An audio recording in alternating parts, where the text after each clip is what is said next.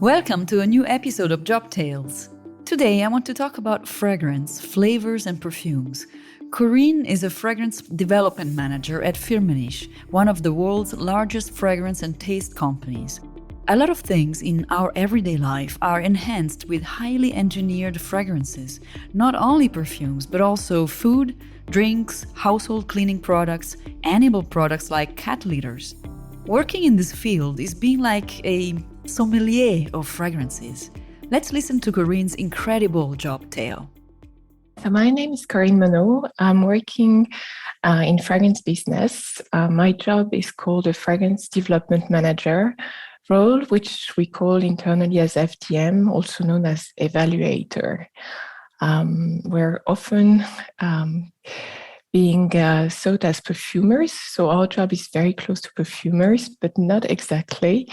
We are actually the link between the client and the perfumer. And our mission is really to understand the client's need, define what could be the best fragrance and the needs for the project, and brief the perfumers and work with them closely to guide them in the creation of the best fragrance to win the project.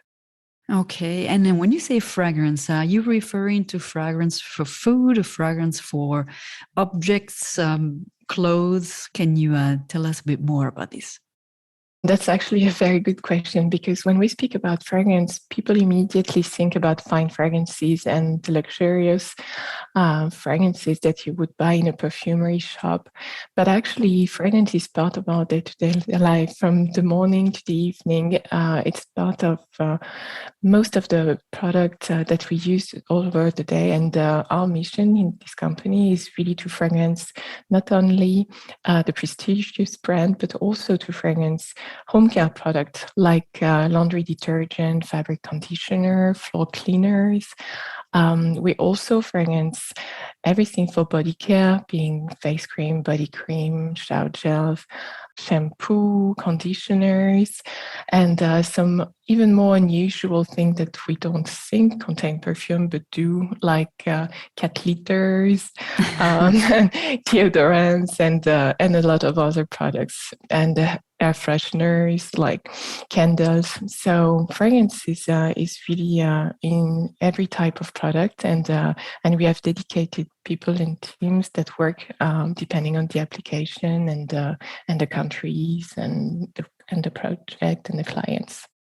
Wow, so you work in very close contact with the perfumer. So what does a perfumer do when, in terms of with the client? That once the client has talked to you about what they wish, do you then give that mandate to the perfumer? That's exactly it. The account manager gets a project from a client and then reaches out to us. And basically, our mission is really to understand the client's needs, to define what would be the best type of fragrances for the specific project, given the concepts that the client wants to launch, the colors, the brand image, the consumers they target, which region, how old will be the consumers, and also for what type of application this will be, as we were just discussing, will it be a fragrance for shower gel or for laundry and so on. And based on all the expertise that we have on the consumer preferences for the different regions and their cultural tastes, we define a strategy, what we call an olfactive strategy, on the type of fragrances that would be the most suitable for this project. And with this strategy, we go and speak to the perfumer.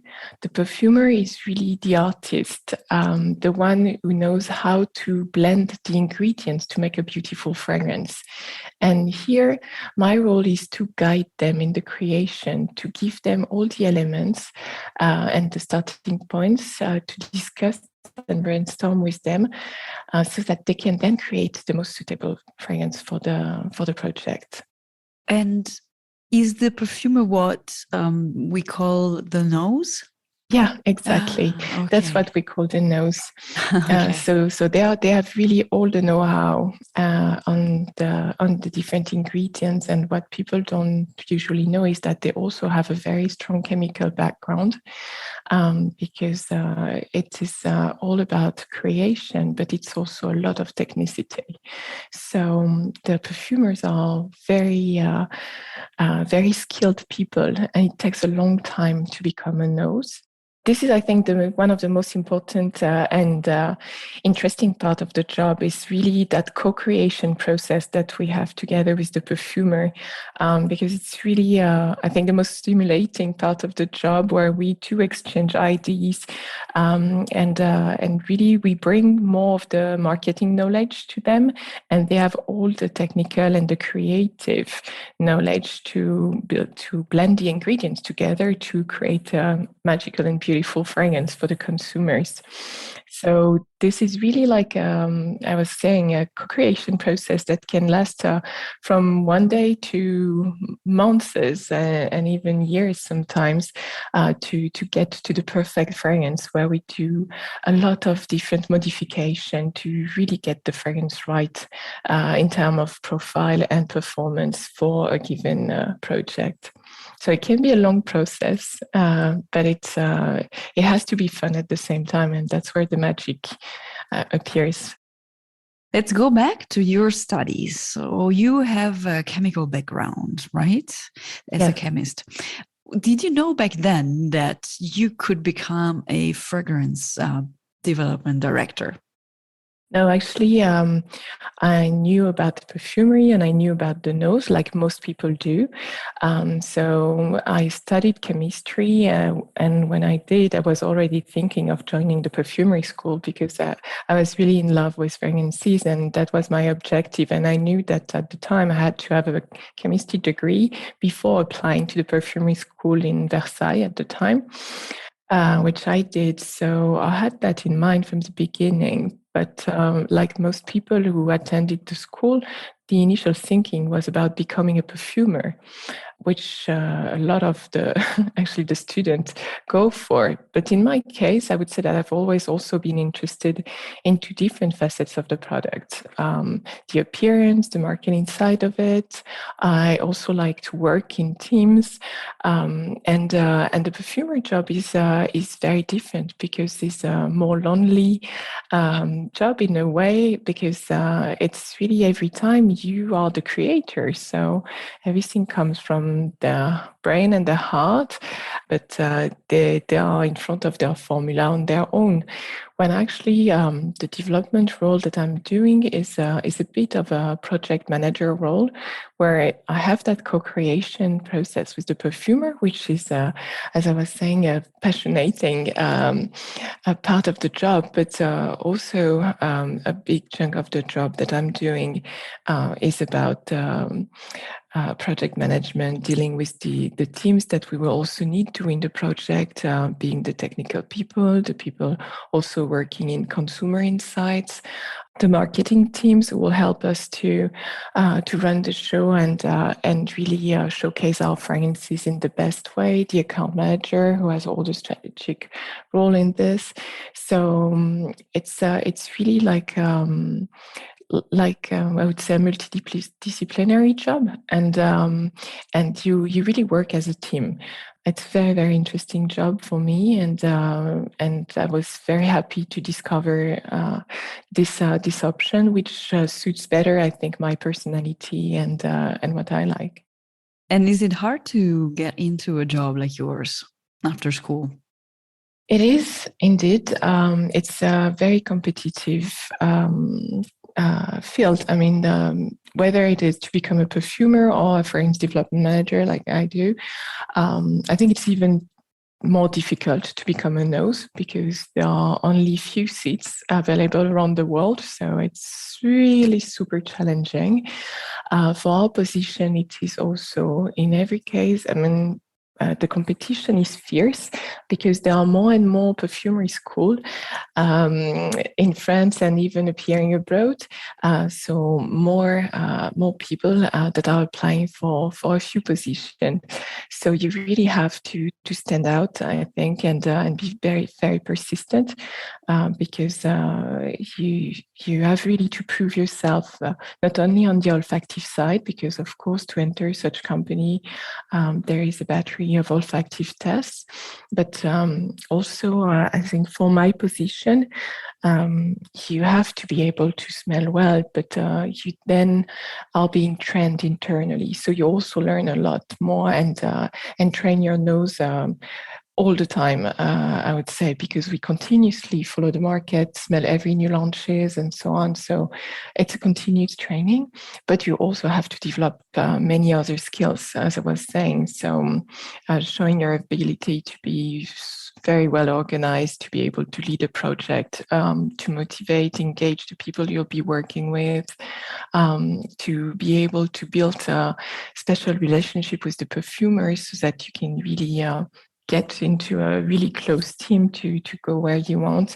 Language is also key because we work on global accounts, not all of us, but most of us, are working on global accounts or accounts for different countries and so on. So English is a no-brainer. That's a absolute must-have, and any other language is clearly an asset. So I think it requires a variety of skills which you don't always get from your school, so you have to demonstrate yourself. And that's why companies like the one I'm working on will ask you to go through several interviews and tests and so on. And yes, it's difficult, but it's worth it. It's worth it. And are there any myths around your job? I think one of the myths is that it's just all about creation. As I was mentioning before, I think it's super exciting, creative, and fun to create new scents and interact with the clients and so on. But the job is not just about smelling. In my case, as I was saying, there is a lot other stuff to do, and it's also a lot of interaction with the other people. So you have to be able to adapt to different teams, different regions, to be very open-minded. You have to also be flexible so that you can be able to connect with people in the different region, being Asia, Latin America, the US, Middle East, whichever region you have to work on. So means sometimes working a little bit around the clock, and being a lot on the computer and on calls. So it's not just about smelling. There is also a lot of strategic thinking and project management about it. Yeah.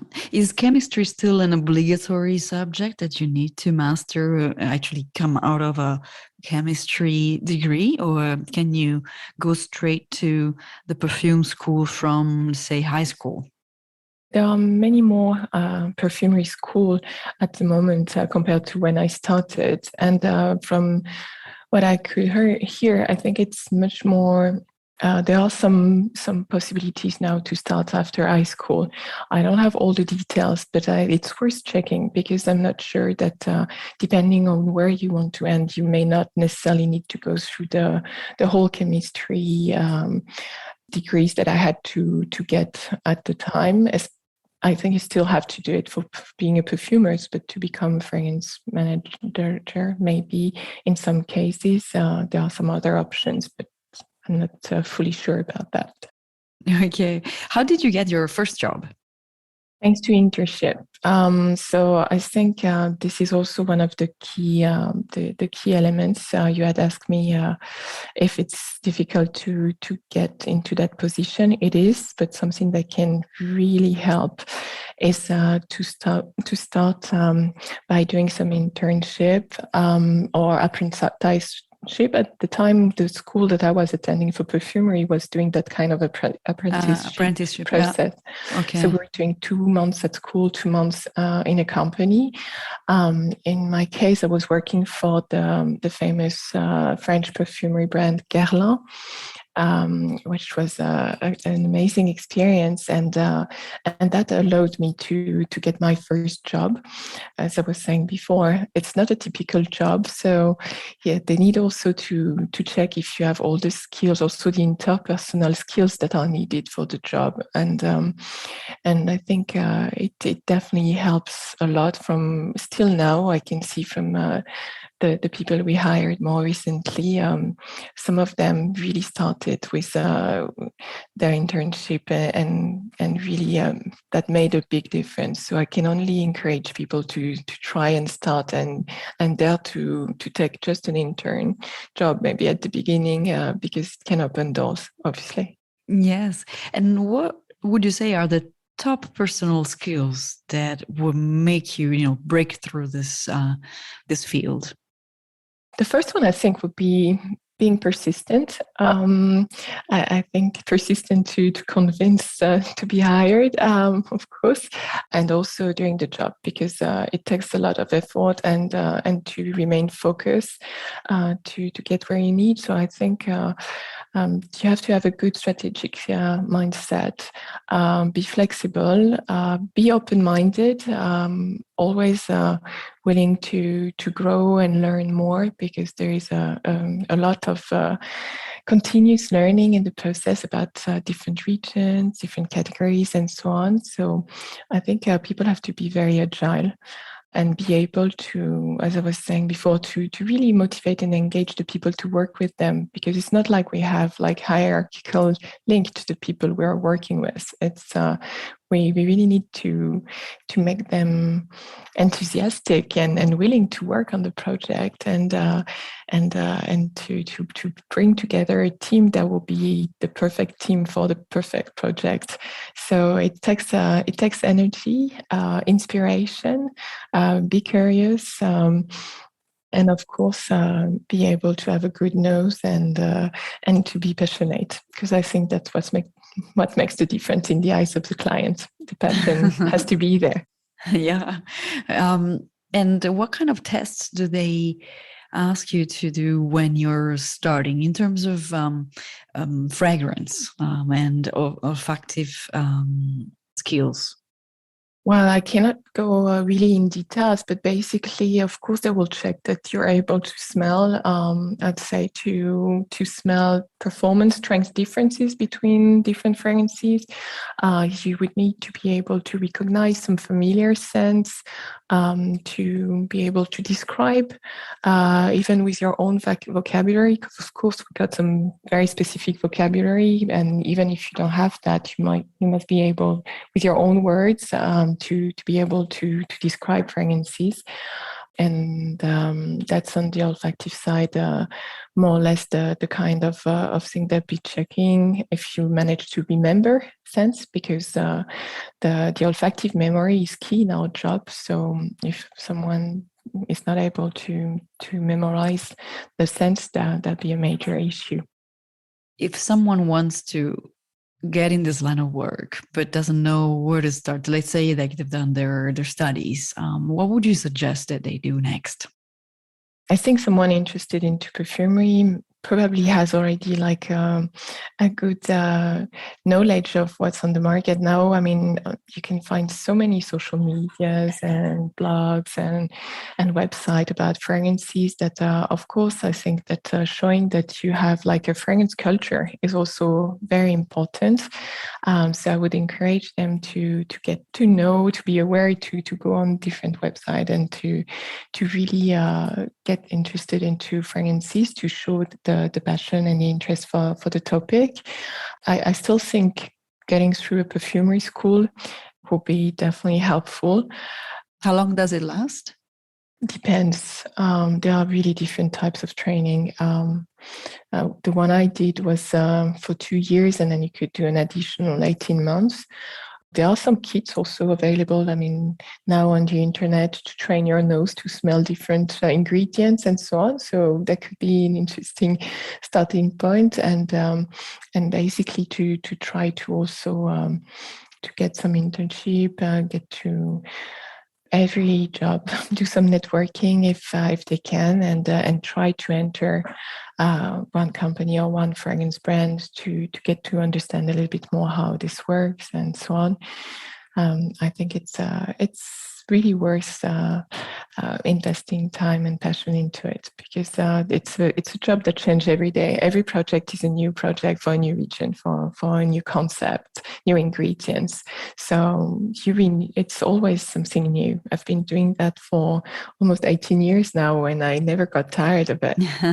That's great, for sure, and I can tell from your stories that you're very passionate about it. We were talking about two profiles, so the perfumer and then your job, which is in the development, fragrance development. Now, are there other profiles that revolve around the fragrance that maybe some people might not know about it, but it could be very interesting for them? Yeah, as I was saying, we interact with a lot of other jobs, being like marketing position, consumer insights people, who are the people who organize the consumer test, where we ask people about different fragrances to know which one they prefer, which one they would want to use, to describe them, and so on. So, and there are like tons of possibilities, and also from the scientific side, because a lot of our job is about science. As I was saying, the chemical background is key, and we have a lot of scientists working together with us on the technical side and also on the research and development side.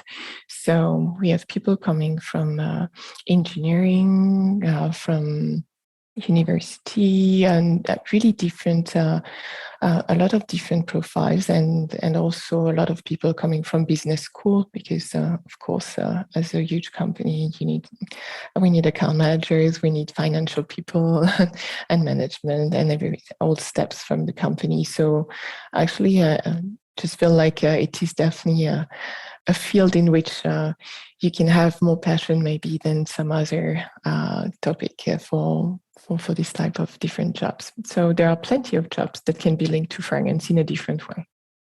In this ever-changing world that we live in, do you see also the world of fragrances changing over the next decades? How are there any trends that you're aware of, that you're allowed to tell us, that could change the shape of your world? Yeah, so fragrances are changing indeed, like everything around us.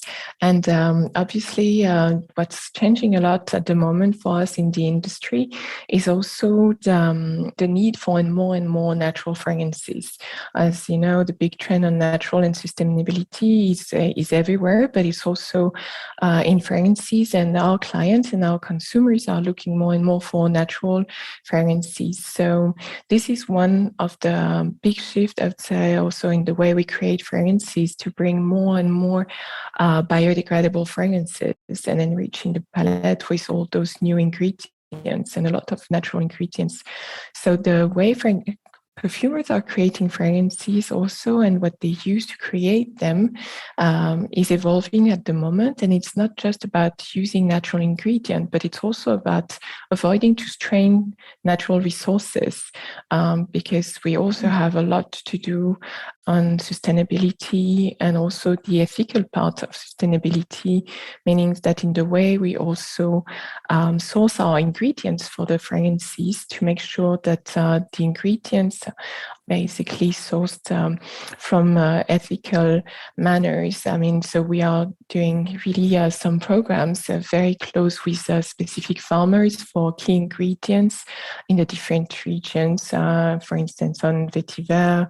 And then we would have like also some specific things with ylang and different ingredients, where we not only source the ingredient, but ensure that the farmers got good resources for them, their family, their community. So it's a lot going on that side, perfumery wise.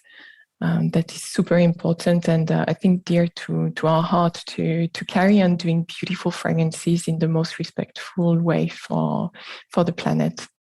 Corinne, before we end, would you like to add anything or to tell anything to our listeners? Just be curious. Most of us loving fragrances are also food lovers. So taste, smell, discover. I think these are a great pleasure of life. And if you can make this part of your day-to-day job, it becomes a dream. So I encourage everyone to experience that at the personal level, or if it's also for their job, even better. But try new things, and be open-minded. And if you travel a lot, then discover new scents, and enjoy that path, because it can bring a lot of joy. So I just say good luck to everyone, and I hope to see some of you in the future in our company. Thank you very much. And please thank your company as well, because I know that you've had to ask for permission. So it's very appreciated. And I'm sure it is going to help a lot of people, at least to get to know your world a little bit more. And that was Corinne. Do you want to share your professional experience with young professionals? Then write me at jobtalespodcast@gmail.com. Bye for now.